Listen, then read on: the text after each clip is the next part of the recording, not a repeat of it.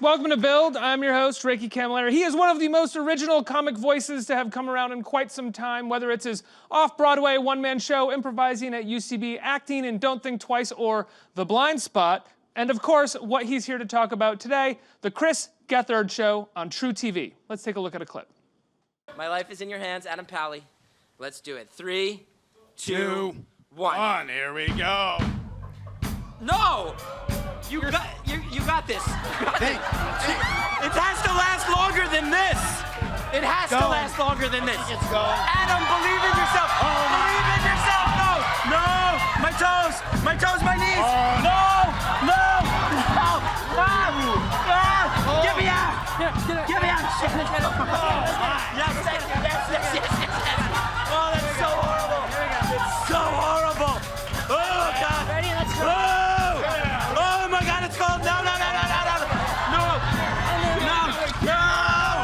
me up my glasses. Let him go. Shannon. Yeah. Help him, Shannon, now. Shannon. 30. You're halfway through. It's so bad. You're halfway. Shannon. Let him in. Shannon, keep me up. It's so bad. Shannon, all this.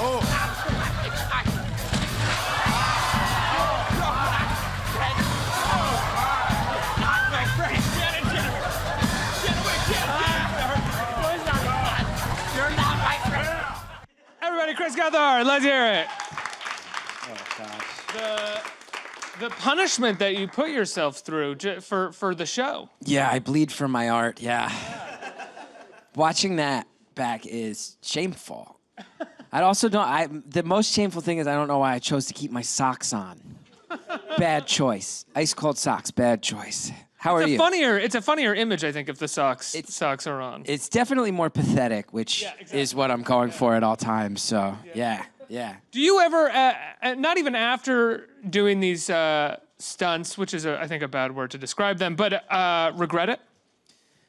Very often, yeah. It's it's often a situation where I'm in the writer's room helping to write, oftentimes contributing the ideas, always signing off on them even when they're not mine, get excited about them, analyze why we think they're going to be funny, and then I have to go do them, and I'm so mad at everyone who made us do that, including myself. And then I do it, and then afterwards I'm like, I think that was funny, so I'm okay with it. But in the moment, I'm almost always furious, yeah. So are you furious during the tapings of the show? Do people know to sort of stay out of your way a little bit because they're going to be putting you through a bit of a ringer? No, because they know that I'm Irish Catholic, so it's almost all self-hate, you know? It's all in here. It's all internally directed. So if anyone actually approaches you when you're at your mat, it's like, hey, how are you? Yeah. Oh, I'm usually apologizing for something. I'm usually like, how are you? I'm so sorry about everything. You can't tell I'm sorry. I'm so mad at you right now. You can't tell I'm so sorry. It's very the Irish Catholic upbringing really did a number on me. Anyway, do you think I'm selling the show? Am I selling it right now? No, this is pretty standard fare for an interview for you promoting the show. Yeah, I think... You don't have your cohorts here this time to really drive it into the... I was just going to say, that one time I was here was one of the bigger disasters in my entire professional career. One of my favorite interviews of my entire professional career. Actual nonsense. Actual chaos and nonsense. For a solid 45 minutes, I think. I tried to make it go as long until someone was like, you have to stop now. It was pretty endless. I'm 50% proud of it and 50% so ashamed, which I guess is kind of my thing. Yeah, that's what I was just going to say. Isn't that sort of the line that you normally kind of like to stay on? And yeah. Half like pride to the point of narcissism and half complete shamed at all times. Yeah, that's kind of my mix. Do you feel like you have a narcissistic edge? Well, I don't think narcissistic. I named a TV show after myself, and that's the poster for it. So, not narcissistic at all. Yeah, I'm not going to pretend that there's not some elements of me putting myself forward, but I do. I think it's healthy ego. Like I think I'm at a point when I was younger, it would be like, why is that person getting things that I want and I can't make it happen? And that ego is very toxic, and I think eats away in a negative way. I think I have a healthy ego now. Like I want to be the best, and I want to make stuff that's cool. And like in my mind, I'm like, our show's gonna take down every other talk show, and I want it to be the best, you know? And I feel like that's like one of the things you have to do as an artist to try to make the best work. There's no sense in doing it if you don't want to do it to the best of your capabilities.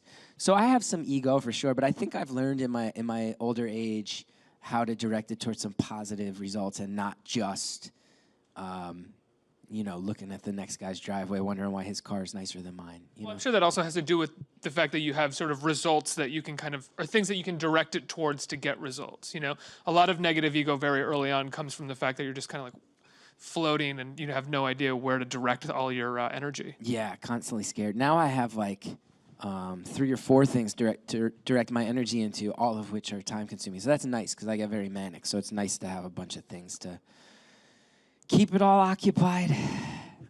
How has the show changed since the early days of being on, you know, cable access? This is the second season on truTV, right? Yeah, I mean, I think technically it's the second half of the first season, which is also technically the third season because they bought it from the Fusion Network, who did 2 seasons. As with everything with my show, it's confusing and hard to figure out.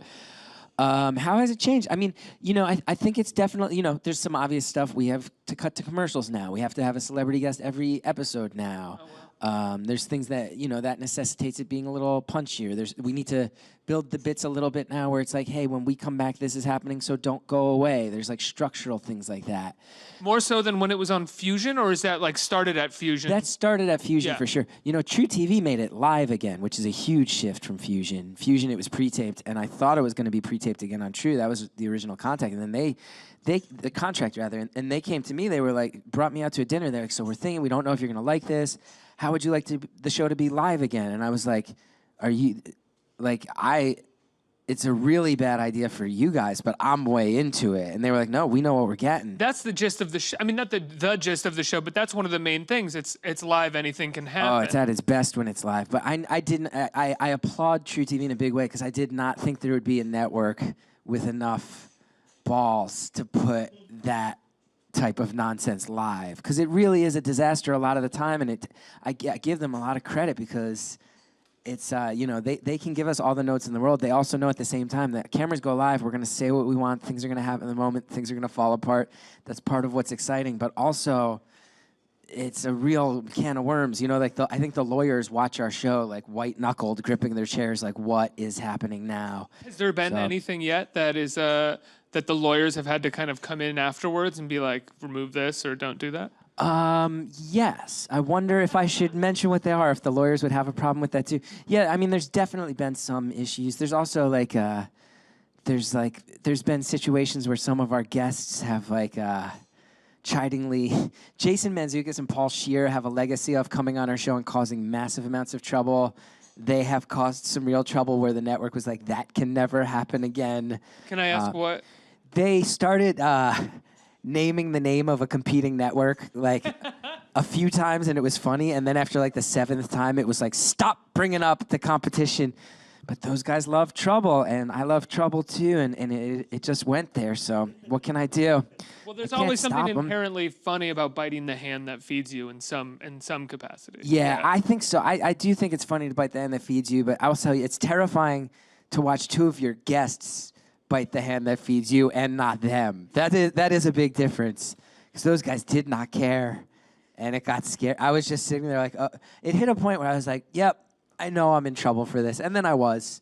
And that's Once you know you're in trouble, just let it go. Just ride it out. What am I going to do? I'm not in control of the show. It's named after me, but I'm the last person in control of the show. I think that's what's fun about it.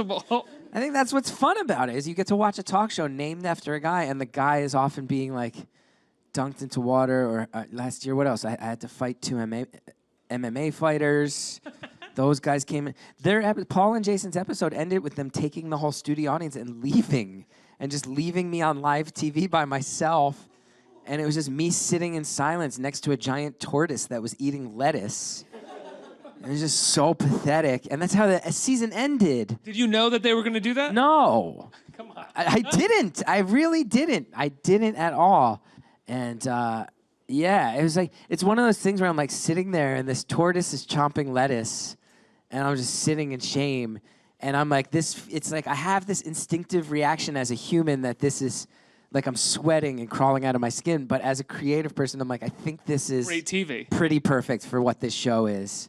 So I have to let those things coexist, you know? Does it feel, after having done it for, what is it, has it been like 5-6 years now? All total from when we started it at the UCB Theater, it's 9 years. 9 years. Yeah, I've somehow kept it alive for 9 years. And do you ever feel sort of more comfortable doing it, or is the whole point to make yourself feel uncomfortable while doing it? Yeah, I think anytime I feel too comfortable, it's a sign that we need to pick up the pace in the writer's room, you know? I don't know. Like, I'm pretty proud that the show's live. I really have a chip on my shoulder about. It's funny because I really like talk shows and I really worship talk shows. Like I love Letterman, I love Conan, I love a lot of the people who are on now. I also watch Wendy Williams, big time. Yeah, exactly. Byron Allen, big time Byron Allen Harry fan. Connick Jr. He got canceled. Did he really? I was on his show and he was lovely. He was actually really lovely. Silky voice. Oh, I mean, and a stunningly attractive man. Stunning. Very handsome. Shockingly attractive man. Yeah. He played a serial killer in a movie that came out when I was in middle school, and I literally only knew him as that for a very long time. Oh wow! Look at that. The movie's called Copycat. Everybody. I will. Anytime I agree to do any sort of press, I insist that we plug Copycat. It's in my writer. Sigourney Weaver and Holly Hunter. Oh, really? So it was a Silence of the Lambs, that was a big success. Let's try this one. And Harry Connick Jr. was one of. He was the Anthony Hopkins. Now, did you buy him as a killer, or was he just too damn charming? He wasn't the main serial killer. He was the kind of Hannibal Lecter that they were prodding to get information about this other killer. And he was like a redneck. Yeah. Oh, he was a redneck. He was a redneck. Yeah. I would think you'd have him be like a very charming Ted Bundy-esque. No, went a different way. Look at that. Yeah. Harry Connick Jr., very versatile. Very versatile. Copycat, guys. Check it out. Check it out. I like that started with me answering your question and then ended with both of us spending too long talking about Copycat. Yeah, love it. Keep going, too. Yeah, I don't even remember the question, so we have to. Or we could I'm willing to talk about Copycat for the rest of my time here. A movie I have not seen, I should note. What is the scream that is used, the scream sound effect that is used in all movies and TV, the brouhaha? Do you know what I'm talking about? Scream? It's some sort of stock scream sound effect. Stock scream. Yeah, they use that in Copycat. They do, and you recognized it. When you heard it, you recognized it. No, I was just a kid. I'd never heard it before. I thought it was the scariest thing I ever heard. And as I got older, it was like, oh, no, this is a stock scream that is in everything. Oh, wow. Yeah. I didn't know. I wonder if directors put in that scream as an Easter egg for horror fans at this point. I think they probably do. Yeah. I bet that's a mark of pride. I think it's called the brouhaha scream or something. The brouhaha scream. Yeah, I don't know if it's actually. We're gonna have to research. Can someone please research? Justin, can you please Google brouhaha scream? See if you can get the origin. Might not be brouhaha scream. Maybe just look up Copycat. What? Wilhelm scream. Let's also, can we just for safety's sake, Google brouhaha scream? Please, let's do it. I'd love to. Excited for what turns up with the brouhaha scream. Yeah, the brouhaha scream is a thing we're inventing right now. But it's going to be put in many movies after this, yeah, for sure. So what kind of, what can people look forward to in the upcoming season? I can tell you we're going big. The first episode, we got Abby Jacobson, Broad City. We're giving away cars. This is a true thing. We're going to give away cars. Like Oprah. A lot of people have been saying that, but I will just remind the world, I don't have Oprah's budget, so we're giving away cars that fit my show's vibe a lot more than Oprah's vibe. We're going to see what we can get. But yeah, if you watch the show that night, you might win a car, so definitely tune in. The second episode, we're doing something... Like a Honda Civic kind of thing? Or I wish. I wish Geo? We could... Who are you? What are those two cars? That's like Seth Meyers money right there. We're talking Gethard Show here. Yeah, we're researching... Flintstones kind We of are thing. researching the cars right now, and it's getting hilarious and sad. Yeah, it is, and it's a legit thing. We had the idea of let's give away cars. And then our line producer was like, we don't have the money for it. And it's getting a point where it's like, here's what we can get you. And I'm like, yeah, this is sad in the way that I like. Let's kick off this season right. The second episode, we're doing something that's actually illegal to the point where I was told I can't talk about it here because lawyers have not fully vetted and signed off on the idea. But we're going to do it. We have to. I have to do it. What is it? They're shaking their head no. Look, a firm shake of the head no. I can't. Can you allude? Can you give us a hint, a clue? Don't. I'm being told no clues.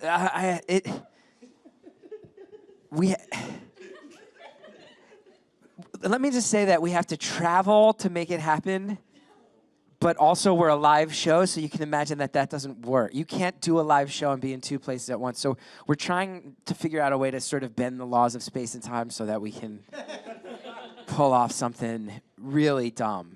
Isn't that just And what probably- a satellite truck does? Yeah, but this can't be accomplished with a satellite truck. It's also probably actually unsafe. But it's going to be funny. It's going to be really funny. It's going to be really funny. Watchable television, yeah. Yeah, it's going to be a good time. So you had you were in the season finale of Blind Spot. Yes. Last season. Yeah, I played Dr. Gary LaMarche on Blind Spot. I would say it was a star-making turn. I've been an underground guy for years. You've been very supportive of me, but I've always been very underground. Breaking into the mainstream. I've been looking for ways to get into the mainstream for a long time, and I think playing Dr. Gary LaMarche on Blind Spot, one episode changed the game in a big way. How so? My Aunt Karen emailed me and said she really enjoyed Finally it. saw something. She really enjoyed it, yeah. She really enjoyed it. And Entertainment thing's really working out for you, Well, Chris. You're on Blind Spot. I will tell you, I started in comedy 18 years ago in New York, and I was very baby-faced. And I knew, I was like, at some point, my hairline's gonna go enough that I'll start picking up weird scientist character actor roles. Like, I'll start getting all like the Clint Howard roles, you know what I mean? And I feel like Blind Spot was the first time where I was like, all right, I might be able to have a double career of being like the weirdo comedian, but then also maybe I can go play a series of not notable scientists on procedural shows. Lieutenant, we got a problem here. Exactly. You want to do that? Exactly. I'll play the IT guy. I feel like you could get a good villain on a Law and Order episode. Hacker. I could play a hacker villain, Yeah. easy. I could play a computer crime villain, no doubt. I could. It's like anything with computers you Yeah. can play. I think I could easily play a guy who runs like a low-key Venmo scheme and gets caught by Ice-T. Although that's sex crime. Yeah, I was so that going to doesn't say, make how sense. does that translate? Well, Venmo. Venmo, I mean, yeah. maybe people, Let's some be sort of honest, underground though. transaction. Let's be honest, though. I'm like a quarter-inch hairline away from being in the sex crime villain realm on SVU as well. If they just brush this back and don't let me put it up punk rock style, I can easily play a creep that Ice-T kicks down his door and is like, people like you make me sick, and then he walks away. And then Belzer has to come in. Belzer's still on it? I don't know. No Belzer? Is Belzer off SVU? I don't know. Is Belzer still? I think I've only seen SVU in reruns, and I've seen like 150 episodes. I don't even know if they put them out new or if there's just a stream of Dude. reruns that they get dropped into. I swear to God, I think it's on its like 23rd season or something like that. Yeah. 16th or 18th. I don't know. Dick Wolf's got money, huh? He's got, he's got Dick Wolf money. Dick Wolf Yeah. money is no joke. How much of Become an adjective for how much money people have, how much do you think Dick Wolf's motivation? Do you think he just went to his 20th high school reunion and was like, "Anybody want to make a Dick Wolf joke now? Anybody got any jokes now?" Didn't think so. How much of it do you think was his motivation was just for that moment? Because as Chris Gethard, I really am on the same track. Do you think there was one person when he did that, like when he said that to the high school reunion, one person was like, "Yeah, I love Chicago Med." Oh, burn, sick burn, sick burn. And he was like, "Say what you will, that bought my beach house." Like, Yeah, which none of you are invited to. I'm Dick Wolf. I've heard he ends most sentences by shouting, "I'm Dick Wolf."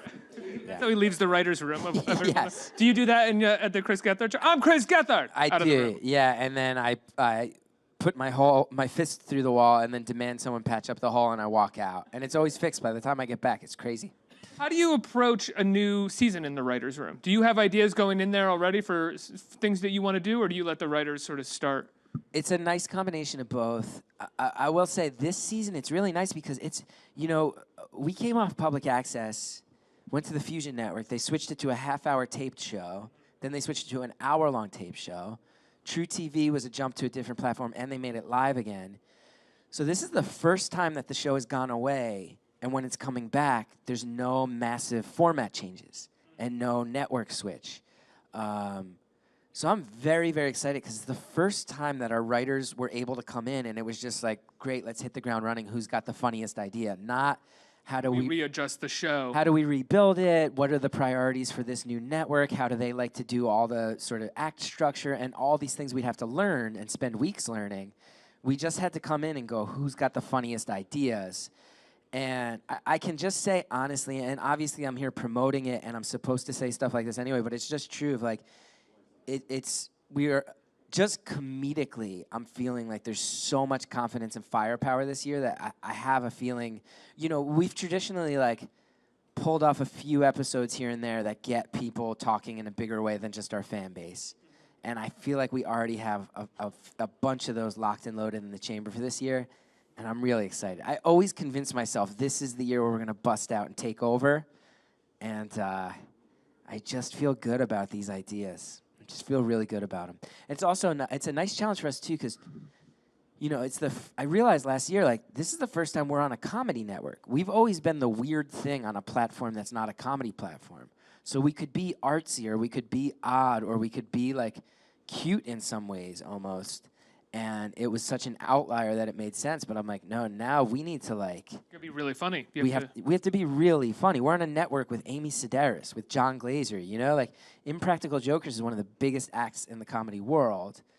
We got to keep up. And it's such a challenge. And it's such a good...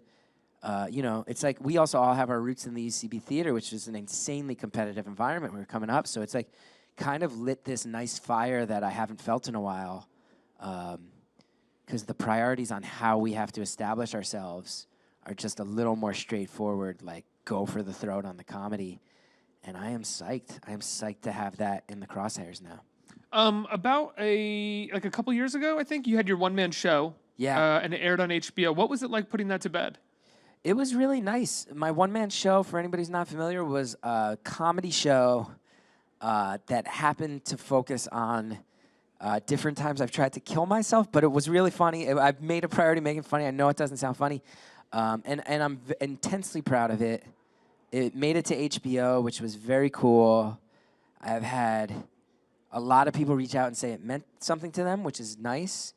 I'll also say I've received thousands of messages from people who are recounting to me their darkest times, which I'm very flattered and proud to create the feeling that they can open up to someone, even though it's a little misguided to send it to my Instagram mailbox. I'm still glad that it creates a dialogue.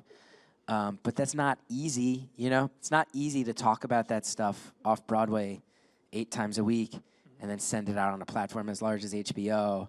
Did it feel good to let it go when you finished it? Oh, yeah. Oh, yeah. Because it definitely opened up some old wounds, as you can imagine. But I kind of felt like, you know, I was able to make it funny in a way I was proud of. And my friend Mike Birbiglia, who's very great and has written a number of shows in a very narrative, story-based style, he kind of sat me down. He's like, you know, you have a chance to talk about this stuff. It could really help people. And the reason you're not doing it on stage is because you're scared. And that's kind of not... It's kind of... The job description kind of is that if you can say something that affects people, you have to say it. That's kind of what being a comedian is. And I'm very proud of it. But also... happy to move on and not be the depression guy either. I do not want to, I don't need to be the depression guy forever. You know, I think part of the point of that show was that doesn't totally define me. It affects me profoundly, but it doesn't define me. So happy to move on and get back to the ice water dunking phase, you know? And that was something that was kind of started before the one-man show in terms of being the quote-unquote depression guy, Yeah. which was a letter that you wrote or received, excuse me for not remembering it exactly right, how it happened, but that was about 5 or 6 years ago. Yeah. And that cracked it open. That was actually when our show was on public access. I would make jokes about being on antidepressants. I was never hiding it, but it wasn't a huge focal point. We'd sometimes focus episodes on it, but never totally in depth. And fan wrote me an anonymous message on Tumblr saying he was thinking about taking his own life. And I read it first thing in the morning, and I could just feel that it was serious. You know, you could just feel that tone. So I didn't have the person's contact info, so I just wrote back a reply, and I posted it publicly. Not to get any attention, but purely because this person reached out anonymously, and I felt like, man, what if they're clicking refresh on this thing, and this, you know, I very, very profoundly understand the feeling of feeling like no one wants to listen to you when you talk about this stuff. I just had this feeling of like, I need to put this out there in case this is like a last-ditch effort, and it wound up going everywhere. It wound up like going viral overnight. And all throughout that day, within a few hours, my mom called me and was like, I just saw this thing on CNN. What's going on? I was like, what are you talking about? Like, so that really let the cat out of the bag. Yes, did you ever hear from that Yes, person again? I did. I did by the end of that day. Oh, wow. And he's doing well. He's doing well as far as I can tell, yeah. And we still touch base every once in a while with someone I actually knew. So we still touch base. But that must have been such a wild thing to, after that, be kind of, I wouldn't say you were entirely categorized as the quote-unquote depression guy, but there was definitely an air of, like, your brand was, like, comedy about personal mental illness or depression. Yeah, like oversharing and just trying to put it all on the table. But you know, Like you owned, while at the same time maybe had reservations about. Yeah, definitely some reservations. But you know, I think particularly with the mental health stuff, like I look back and just realize I remember some phases in my life when I was first 2 years of high school, almost all of college, years where it felt like you're not supposed to talk about this stuff. You got to man up, right? You hear that, tough it out. What are you complaining about? And I remember realizing, you know, when I got to the other side of it and actually sought help, and it was like, I'm being given medicine for this. I'm seeing doctors for this. This was a medical issue that I felt like I was supposed to be ashamed of and not talk about. Hit a point where I was just like, man, I just will not buy into that anymore for my own sake. And if me talking about that publicly as an artist means that maybe there's someone else who's that age, maybe there's someone else who's 15 or 19 or 22, and they're struggling as much as I was, and they actually hear somebody talk about it. I never had that. I didn't hear anybody talk about this stuff. And if you did hear about it back when I was growing up in the 80s and 90s, usually it was for people making fun of them. You know what I mean? So I remember being a kid in that era and being like, oh, that kid's dad is on pills. You'd hear people say stuff like that. Therapy in the 80s and 90s was still in a lot of, I mean, where I grew up, it was kind of like if someone was going to therapy or if it was suggested, it was like, oh my God, it was a red letter. You were, you know, you were totally damaged. Big time. And your mother was like, are you going to talk about me? Yeah, exactly. Things like that. What'd you talk about today? You know, it just, I think I just hit a point where I was like, I was able to get to the other side of it, feel relatively stable, and look back and feel like, man, for as much as this thing that's kind of like a silent disease hurt me, the fact that everyone judged it and I wasn't supposed to talk about it hurt me maybe even more than the thing itself. And if I can say that and it means some 15-year-old kid is like, that dude's not judging me, it would be such a cop-out, cowardly move to not do it, you know?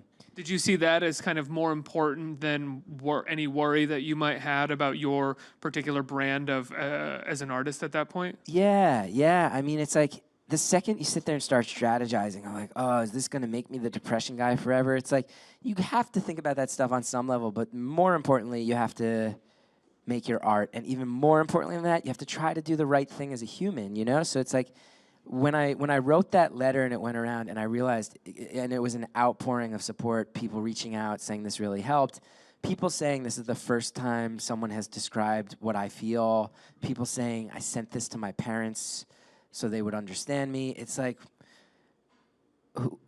who am I to be, you know, am I going to really let fear stop that? Like, this is bigger than me and I have to go with it, you know? And it's been cool. I was asked, it's funny, like, I got asked to do all these like speaking engagements after Career Suicide came out on HBO, and a lot of them were for money, and I started turning them down because I was like, I feel like I've said everything I have to say. I have to let it speak for itself, and I have to move on. But I was asked to come out and speak to a Navy fighter squadron, and I did that one because I was very, very honored. And it was just a series of young people, mostly young men, coming up to me and saying, you know, like, we are in an environment where toughness is key, masculinity is key.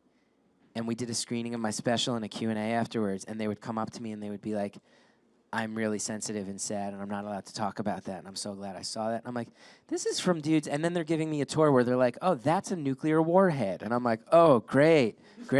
Like, oh, here's the targeting system that allows us to, you know, I'm like, oh, this part's not totally my thing, but it's like. And you weren't like, oh, glad the sensitive guy's handling that. No. Yeah, but I mean, the idea that the sergeant of that squadron reached out to me and was like, we think that because this is comedy, we can get our guys to actually let their guards down and listen to it. I was like, that's amazing. sick, yeah. So pretty proud of it. But I thought it was a wonderful show when Thanks. I saw it. Yeah. I can also say that I am quite thrilled to move on. Quite thrilled to move Get on. dunked in an ice water tank and Just go out give and- cars away. Yeah, just go out and do some absurdist stuff that's not about dwelling on the problems, but that's like, let's just forget about them for an hour at a time. You know, I think the mental health stuff is still very there on the surface of the Gethard Show, but it's about, I think it's less about analyzing and more about let's get proactive and do the dumbest stuff we can think of so that in a world where everyone's mad on Facebook all day, and you wake up and before you even leave your bed, you're looking at your phone and you're like shaking with anxiety.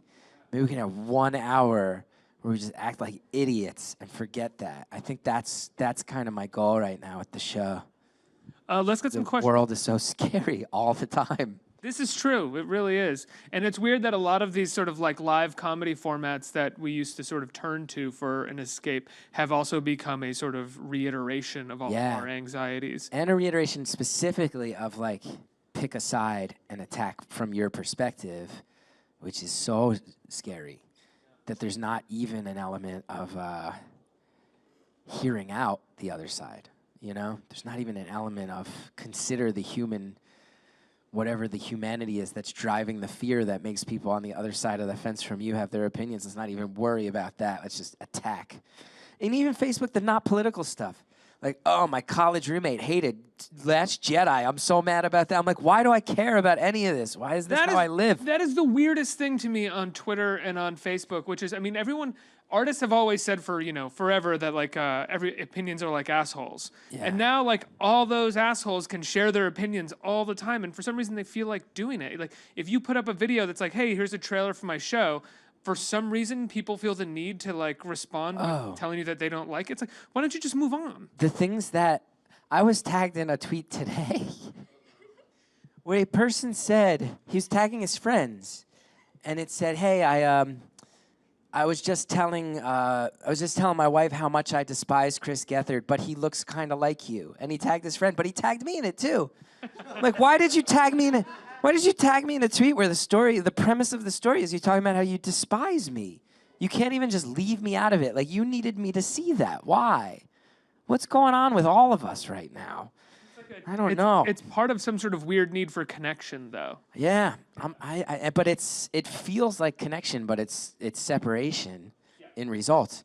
And the only thing I can think of to do is give people cars that I bought at a junkyard in Arkansas. That's all I can think of. And that we won't even ship to you. You got to go to Arkansas and get it yourself. You got to go get it yourself. We don't have the money to ship these things. Is that true? Yeah, we can't. You got to go to Arkansas, get yourself the car. Do you fly them to Arkansas? No, we're researching very, very cheap junkyards all over the country that have very loose in states that have loose standards on inspection laws.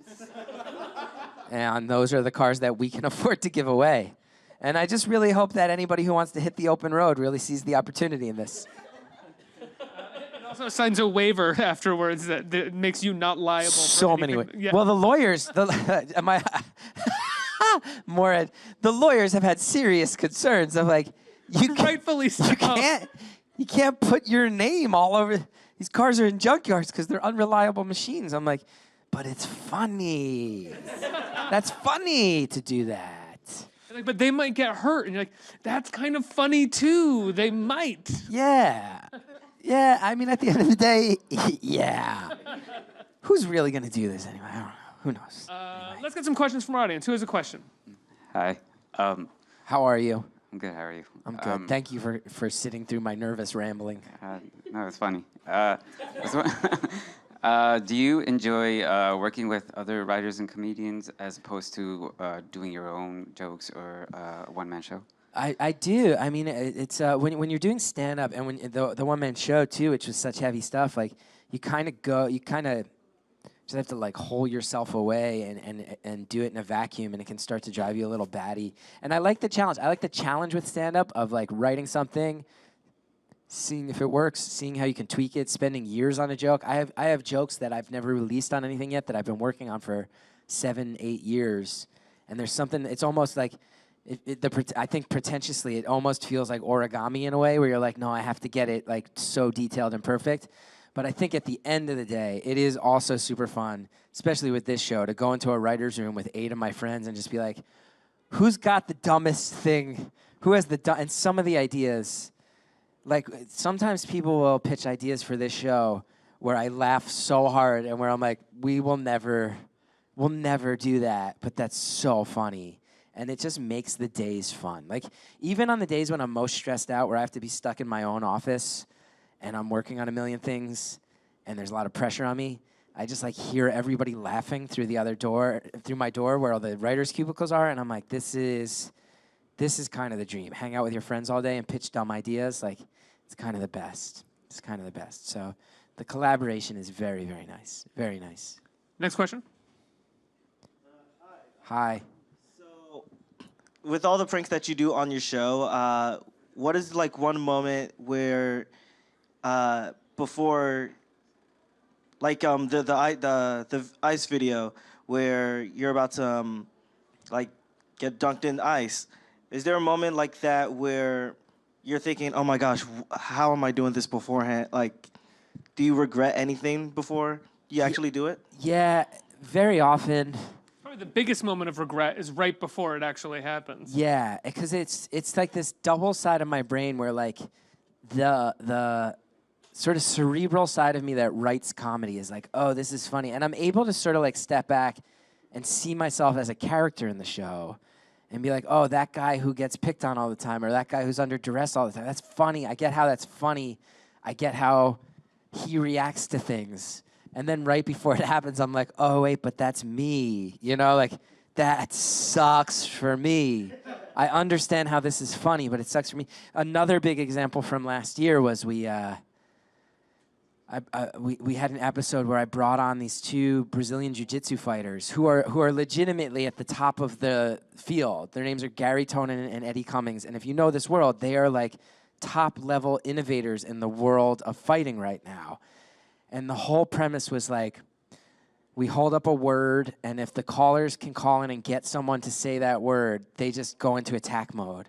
And I mean, these guys were like judo flipping me, like putting me in chokeholds, arm locks, like to the point where people afterwards were like, you weren't even trying to fight back. And I'm like, I was fighting as hard as humanly possible, and these people are martial arts masters. It's one of those things where I'm like, I understand how that's funny. And I think, again, the fact that my name is on the show and I'm getting actually physically beaten, I think that's like a really funny thing that pokes holes in the whole idea of the talk show format. But it's also like I see these 2 dudes sitting there and they're like jacked and just staring me down. And I'm like, this is going to be an hour of pain. This is going to be an hour of real fear and real pain. But let's do it. Let's go for it. But yeah, there's only been a couple times where I've walked off set and been rattled and unable to let it go. Sometimes things get so extreme. There was one thing we did we did a pilot for another network years ago that didn't pick us up, and we wore those electrified dog shock collars, and there was a thing where if we did wrong, the collars would get turned on, and it was brutal, and they were like, it was pre-taping, it wasn't live, and they kept saying, oh, the camera 3 missed their angle, we have to do it again. And then it'd be like, oh, someone sneezed, sound was messed up, we have to do it again. And it hit a point where I'd been electrocuted like 7 times, and I was like, no. That was like the only time I think in front of an audience, I was like, no, please, I can't do this anymore. And it went from funny to sad so quickly. Those things are real. I mean, obviously they're real, but they actually hurt. They do. Yeah. To the point where I'm not a dog person, but to the point where I was like, oh, no one should ever use these. This is not cool. And I don't really even know anything about like the ASPCA or PETA's stance on that. But having been treated like a dog with one of those collars, say not good for the dog. I think those things should go. One more question. Hi. I was wondering. Hello. How are you? I'm good. How are you doing? I like that every question. I don't know if it's like the type of people who are interested enough to ask questions or the effect I have, but everyone has been a nervous guy giggling as I nervously giggle back. I like that. I like that. That feels fitting. I'm so sorry for everything. You're like right on the money. It's really sad. Yeah, we're cut from the same cloth. Two people apologizing and saying how sad we are before the question gets asked. Yeah, welcome. Literally nothing has happened. It's so in your own heads. I think everyone else is confused. Like, why are they apologizing and sad? Yeah, welcome to a Chris Gethard public appearance. Yes. Who would be like your dream person to have on the show, and what would you guys do together? The dream would be David Letterman, because I think I'm ripping him off so clearly. Like, you know, it's a cliche. There's no original ideas left anymore, so you got to steal from the best. And I would just like to see if he thought we were doing something cool. You know, I think you look at the early days of his show in particular, and nobody ever messed with the talk show format more than him. You know, like Ernie Kovacs back in the earliest days of TV, but that was kind of before the format even existed. Like, once that format was locked in, it was Letterman that shook it up. And my older brother, when I was a little kid, used to wake me up, come watch this guy. We'd watch Letterman. The book of top 10 lists was like the comedy Bible to me when I was a kid. And we actually, CBS kind of infamously, they just threw his set in the garbage. I don't know if you know this. Like, when they cleared out his studio, they just took all his set and put it in dumpsters. I'm laughing because that reminds me of the Seinfeld episode where they find the Merv Griffin set in the dumpster. Exactly. They pulled that on him, and I saw it. Someone in the comedy community was just walking down that block and like put a photo of it, and someone in my writers' room was like, "Oh, that's sad. They're throwing it out." I was like, "Go get all that stuff." We went and rescued it, and if you watch my show, there's actually big set pieces of the George Washington Bridge and Brooklyn Bridge, and they're from Letterman's set. It's like the infamous New York City skyline he had. Have you reached out to him or tried to? Well, we had to get his permission in order to use it, but it was like I gave a letter to my manager, who gave it to a publicist, who gave it to another publicist, who gave it to his person, and apparently he was like, "I don't care, whatever." Ooh, yeah, whatever. Yeah, but I'm glad that we rescued it, and I also his college has a museum dedicated to him too, so I've also talked to them.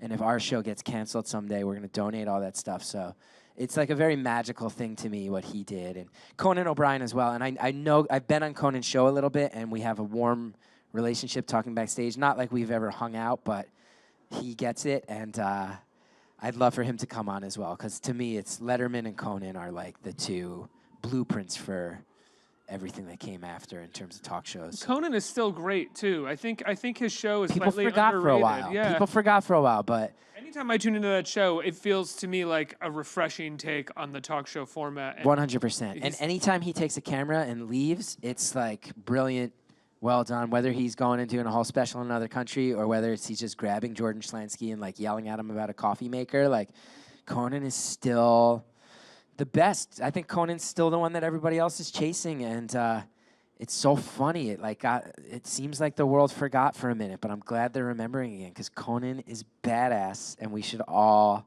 worship at his altar a little bit. I think. I don't know, but I'm a melodramatic guy, so. I agree. Chris, I love the show. I can't wait for it to premiere March 20th on truTV. Thank you. Thank you so much. I'm so sorry for everything. So sorry, everybody. Thank you. Thank Chris you so much. Gethard, everybody. He's very sorry.